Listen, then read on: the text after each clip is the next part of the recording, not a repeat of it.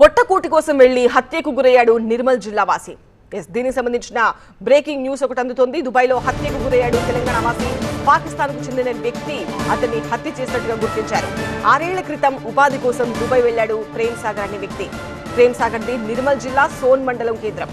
Dead బాడీని సొంతూరుకు తీసుకొచ్చేందుకు చర్యలు చేపట్టాలి అంటున్నారు కుటుంబ సభ్యులు. కేంద్ర విదేశాంగ మంత్రి జయశంకర్ కు కిషన్ రెడ్డి ఈ మేరకు లేఖ రాశారు. 6 ఏళ్ల క్రితం ప్రేమ్ సాగర్ బతుకు తెరువు కోసం గల్ఫ్ దేశానికి వెళ్లాడు. అక్కడ బేకరీలో పనిచేస్తున్నాడు. ఈ క్రమంలో శుక్రవారం పాకిస్తాన్ కు చెందిన వ్యక్తి ప్రేమ్ సాగర్ ను హత్య చేసినట్టు గ్రామస్తులు చెబుతున్నారు. ఈ విషయం తెలిసి గ్రామస్తులు విషాదంలో మునిగిపోయారు.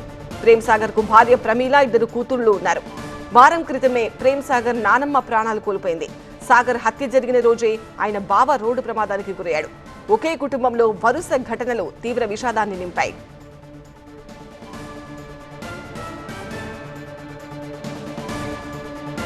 దుబాయ్లో హత్యకు గురైన 2 తెలంగాణ వాసుల మృతదేహాలను వీలైనంత త్వరగా తీసుకొచ్చేలా చర్యలు తీసుకోవాలని కేంద్ర విదేశాంగ మంత్రి జయశంకర్ కు కేంద్ర మంత్రి కిషన్ రెడ్డి లేఖ రాశారు.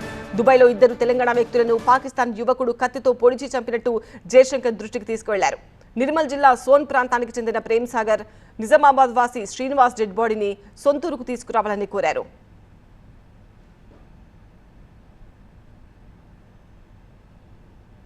దుబాయ్లో చనిపోయినటువంటి ప్రేమ్ సాగర్ను తీసుకురావడానికి కొరకు మేము ప్రయత్నాలు చేస్తున్నాము.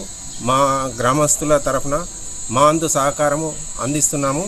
మేము కూడా ప్రవాస భారతీయుల చెందినటువంటి స్వదేశ్ పరికపన్ల గారితో మాట్లాడడం జరిగింది.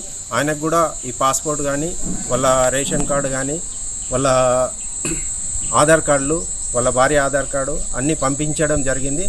అతను కూడా దుబాయ్ ఎంబాసీతో కూడా మాట్లాడడం జరిగింది. త్వరలోనే ఆ శవాన్ని ఇక్కడికి తీసుకొచ్చే ఏర్పాట్లు చేస్తున్నారు.